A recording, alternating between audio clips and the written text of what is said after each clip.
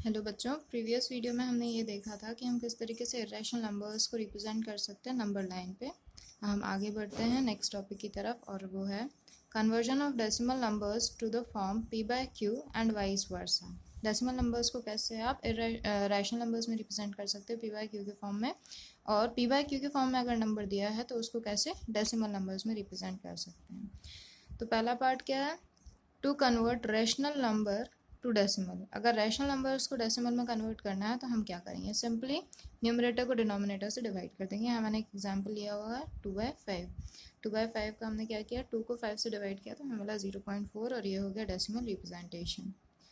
Nextly to convert decimal number to the form p by q। Decimal numbers को p by q में कैसे convert करें अब, तो डेसिमल नंबर्स भी दो तरीके के हैं यहाँ पर। एक है टर्मिनेटिंग डेसिमल नंबर और दूसरा है नॉन टर्मिनेटिंग, रिपीटिंग और रीअकरिंग डेसिमल नंबर्स। तो टर्मिनेटिंग डेसिमल नंबर्स में क्या होता है, वो डेसिमल नंबर्स जो टर्मिनेट हो जाएं।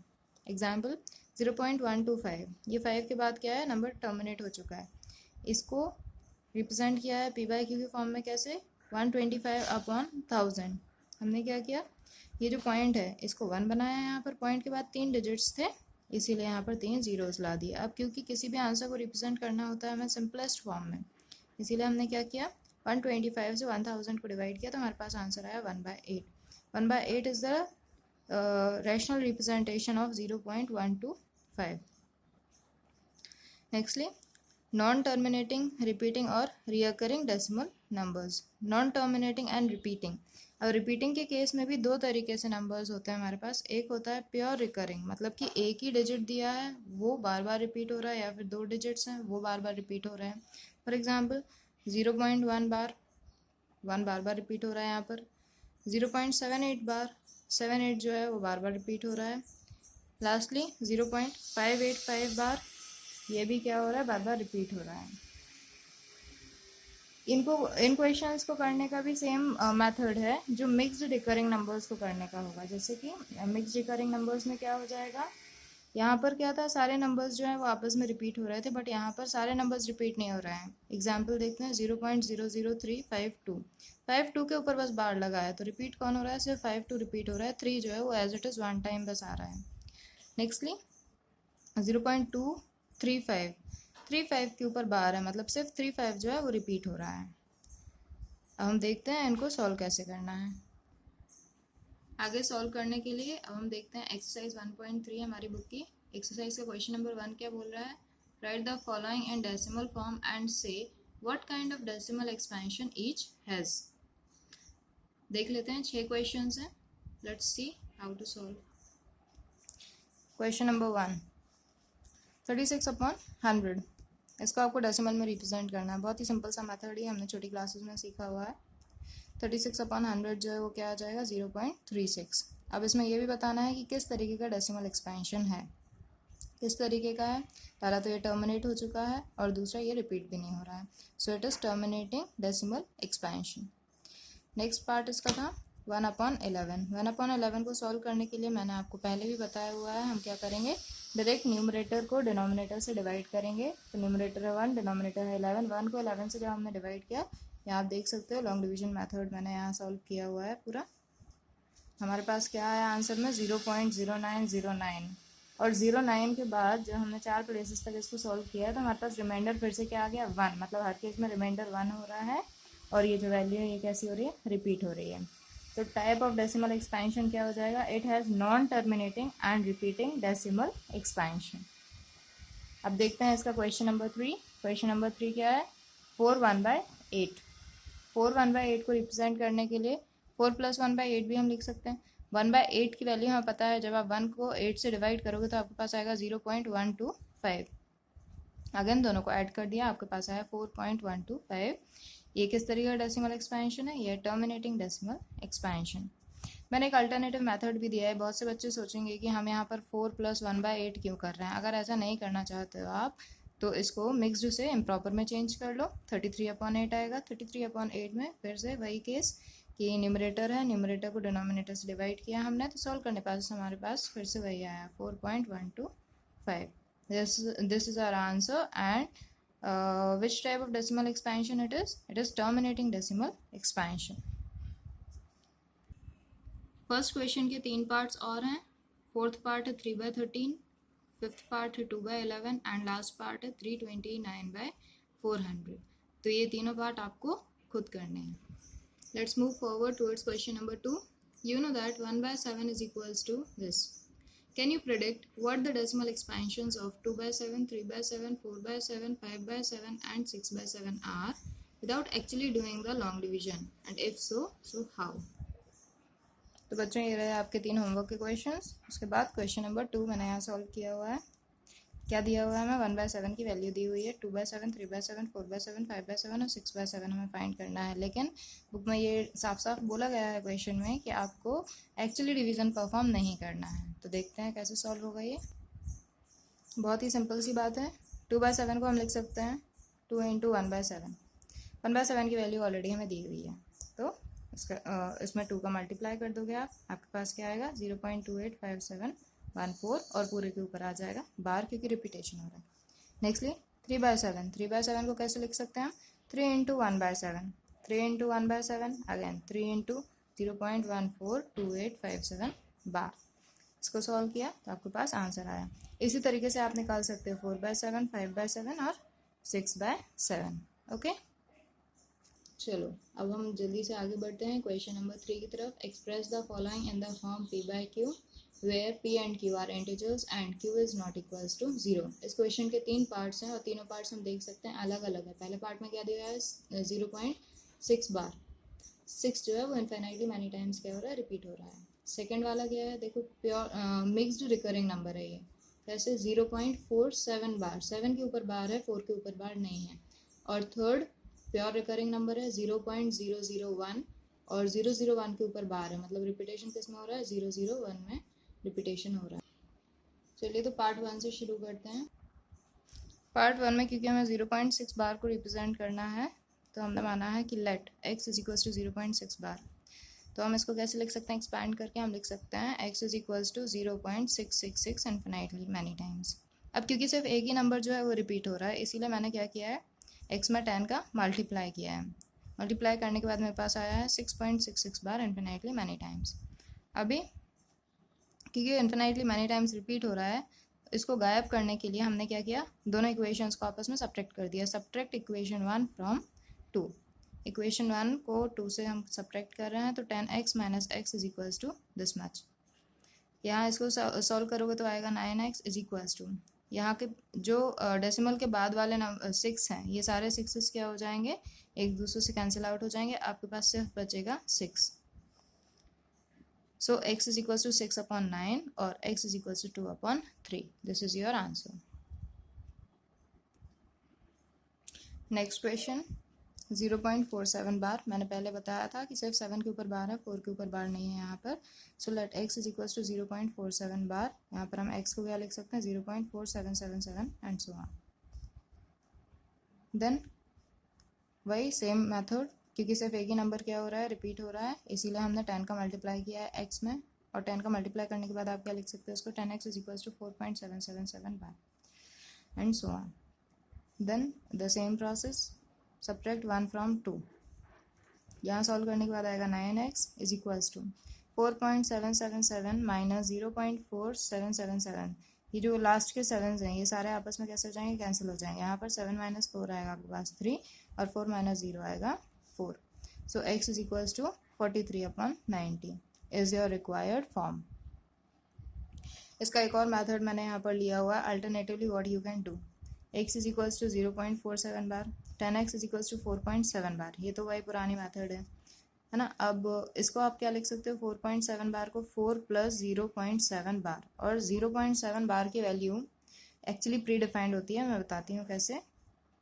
y इज इक्वल्स टू 0.7 बार। हमने इसको सपोज किया कि 7 बार की वैल्यू कितनी है, हमने इसको y माना कि ये y जो है वो p/q के फॉर्म में हम इसका रिप्रेजेंटेशन दे सकते हैं। तो 10y is equals to same traditional method जो हम पहले फॉलो कर रहे थे, सब्ट्रैक्ट करोगे दोनों को तो आएगा 9y is equals to 7, y is equals to 7/9। y की वैल्यू आ गई 7/9। y मतलब कितना, y का मतलब है यहाँ पर 0.7 बार की वैल्यू आई 7/9। ये वैल्यू हमने 10x में सब्सटीट्यूट की। 10x में सब्सटीट्यूट करने के बाद हमारे पास x की वैल्यू आई 43/90, जो कि पहले भी आई थी। तो ये दूसरा एक अल्टरनेटिव था। आगे बढ़ते हैं नेक्स्ट पार्ट की तरफ। 0.001 बार, 001 जो है वो तीनों रिपीट हो रहे हैं। तो इसका हमने पी बाई क्यू का फॉर्म मान लिया कि let x is equals to this, मतलब x इज इक्वल्स टू 0.001, और इसको एक्सपैंड किया हमने, एक्सपैंडेड फॉर्म में लिखा। अब बात यहाँ पर क्या आ रही है कि 3 डिजिट्स जो हैं वो तीनों डिजिट्स रिपीट हो रहे हैं, इसीलिए हम क्या करेंगे, अब यहाँ पर 10 का मल्टीप्लाई ना करते हुए x में हम करेंगे 1000 का मल्टीप्लाई दोनों में। तो जब 1000 का मल्टीप्लाई करोगे तो आपके पास आएगा 1.001001 एंड सो ऑन। ये हो गया आपकी इक्वेशन नंबर 2। अभी प्रोसेस वही रहेगा जो पहले था, सब्ट्रैक्ट इक्वेशन 1 फ्रॉम 2। आपके पास आएगा 999x इज इक्वल्स टू, ये तो डायरेक्टली सब्ट्रैक्ट हो जाने वाले हैं, सिर्फ 1 बचेगा। So x is equals to 1/999 is the required answer। बच्चों ये हमने 3 पार्ट्स किए हैं। अब इन 3 पार्ट्स के अलावा हम कुछ और एक्स्ट्रा क्वेश्चंस करते हैं, जस्ट एक इन्फ्रेंस ड्रॉ करने के लिए। वो इन्फ्रेंस क्या है, वो रिजल्ट क्या है, जब हम सॉल्व करेंगे क्वेश्चंस तो हमें खुद ही पता चलेगा। अभी हमने क्या किया है, 0.6 बार को सॉल्व किया था। इसको पी बाई क्यू के फॉर्म में लिखने के लिए हमारे पास आया था 6/9, दैट इज़ 2/3। प्रीवियस क्वेश्चन में जब हमने 0.7 बार को सॉल्व किया तो हमारे पास आया 7/9। कुछ और क्वेश्चंस कर लेते हैं। मान लेते हैं हमारा मान है 0.5 बार को सॉल्व करने का। प्रोसेस सेम रहेगा, let x is equals to 0.5 bar. So 10x is equals to, अब 10 ही क्यों लिया, क्योंकि सिर्फ एक ही नंबर जो है वो रिपीट हो रहा है। अगर 2 नंबर्स रिपीट होते तो हम 100 लेते, और यहाँ पर ऊपर वाले क्वेश्चन में 3 डिजिट्स रिपीट हो रहे थे, इसलिए हमने 1000 लिया था। जब 10x से मल्टीप्लाई करोगे तो आपके पास आ जाएगा 5.5 बार। इसको इक्वेशन 1 बोला, इसको इक्वेशन 2 बोला। सब्ट्रैक्ट इक्वेशन 1 फ्रॉम 2, क्या आएगा, 9x इज इक्वल्स टू 5 और x इज इक्वल्स टू 5/9। तो 0.5 बार को जब आपने रिप्रेजेंट किया पी बाई क्यू के फॉर्म में तो आपके पास आया 5/9। इसके अलावा एक और क्वेश्चन ट्राई कर लेते हैं, जस्ट अपनी संतुष्टि के लिए। 0.4 बार, लेट्स सी यहाँ पर क्या आता है। So let 0.4 bar is represented by some x। 10x is equals to 4.4 bar. Equation 1, equation 2। Subtract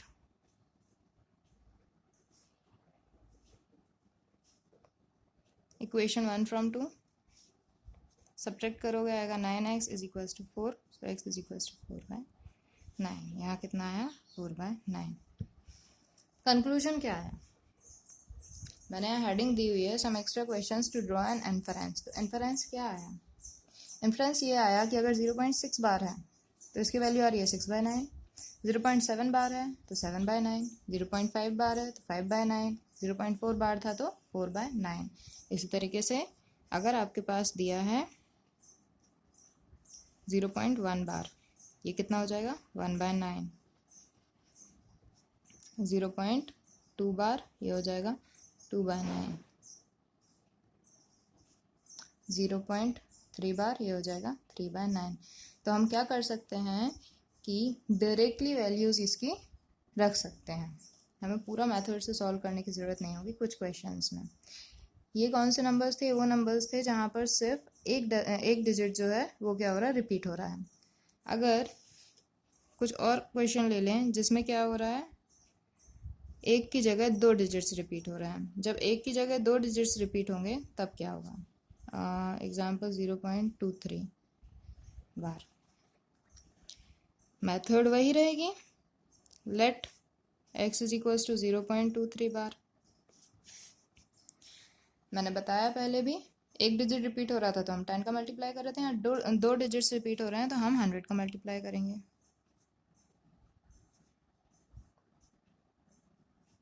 ये आ जाएगा। इसको इक्वेशन 1 बोला, इसको इक्वेशन 2 बोला। Subtract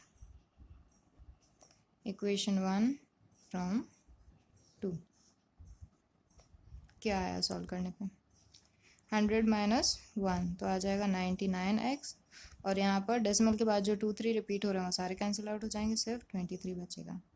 so x is equals to 23 upon 99। एक दूसरा पार्ट करते हैं इसका।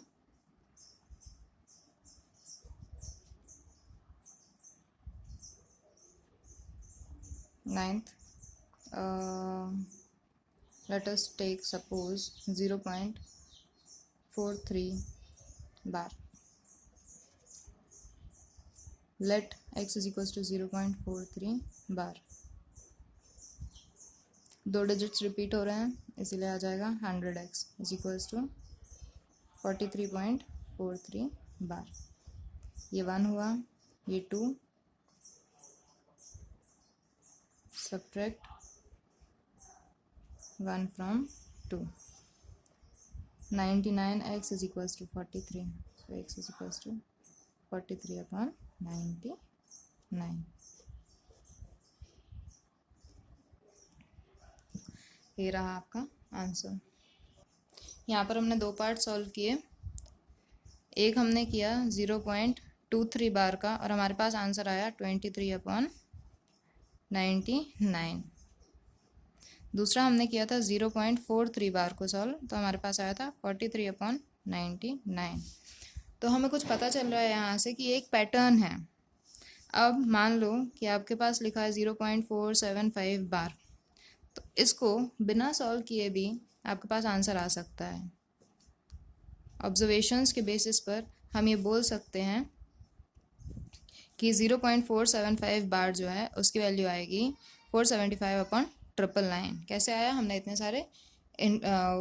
इतने सारे तरीक़ों से उसको सॉल्व किया, बहुत सारे क्वेश्चन सॉल्व किए, और उसके बाद हमने ये कंक्लूजन निकाला है कि जितने भी डेसिमल नंबर्स रिपीट होते हैं उतने टाइम्स हमारे पास डिनोमिनेटर में 9 आता है, और जो वैल्यू दी हुई है वही वैल्यू हमारे पास न्यूमरेटर में आती है।